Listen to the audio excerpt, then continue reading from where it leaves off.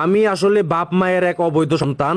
আমার বাপ মায়ে আমার জন্ম দেয়া খুব বিপদে আছে, খুব পেরেশানিতে আছে, কিন্তু আমার এটি বলে না, আমার কইতে চায় না, কিন্তু আমি বুঝি, আমি মাঝে মাঝে বুঝি যে তারা খুবই পেরেশানিতে আছে আমারে নিয়া।